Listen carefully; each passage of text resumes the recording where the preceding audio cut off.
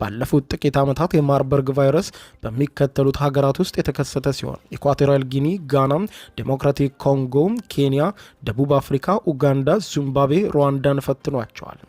በአውሮፓውያኑ 2005 በአንጎላ ወረርሽኙ ተከስቶ ከ300 በላይ ሰዎችን እንደገደለ የሚያመለክተው የዓለም የጤና ድርጅት መረጃ በተቀረው ዓለም ግን ባለፉት 40 ዓመታት ውስጥ በማርበርግ ቫይረስ የሞቱ ሰዎች 2 ሰዎች ብቻ ናቸው።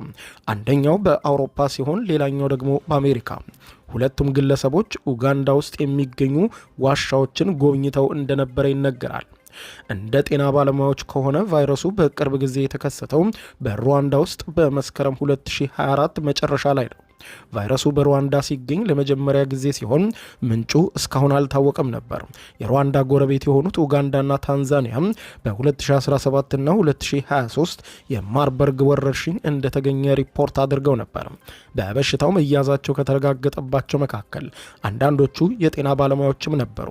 በደቡብ ኢትዮጵያ ክልል ቫይረሱ ከተከሰተ በኋላ የጤና ባለሙያዎችና ሌሎችም ሰዎች ተይዘው ሕይወታቸው ማለፉ ሲነገር የኢትዮጵያ የህብረተሰብ ጤና ኢንስቲትዩት ከዓለም የጤና ድርጅትም እርዳታ መገኘቱን እንዲሁም የህብረተሰብ ጤና ኢንስቲትዩትና የጤና ሚኒስቴር በጋራ ሁኔታውን ለመግታት እየተረባረቡ መሆናቸውን በመግለጫቸው ማመልከታቸው አይዘነጋም።